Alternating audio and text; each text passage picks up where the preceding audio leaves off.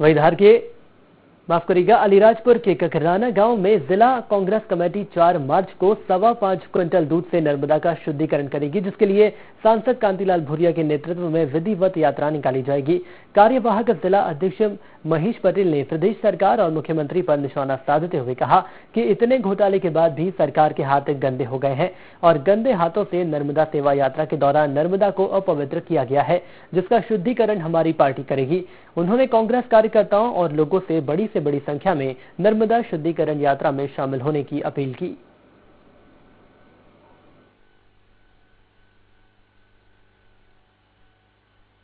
हम इसका शुद्धिकरण के लिए 4 मार्च को हमने कार्यक्रम रखा। उसमें हमारे सांसद कांतिलाल जी भूरिया उपस्थित रहेंगे और जो शुद्धिकरण 5.25 कुंटल से करेंगे हम दूध से। और जो मुख्यमंत्री ने जो यापम घोटाला ये करा, तो अपवित्र होने के कारण हम इसको ये शुद्धिकरण के लिए हमने कार्यक्रम रखा और हजारों लोग वहाँ पे इकट्ठे होकर पवित्र करेंगे मां नर्मदा को दूध से। मुझे हो तो नथुराम जी की तरह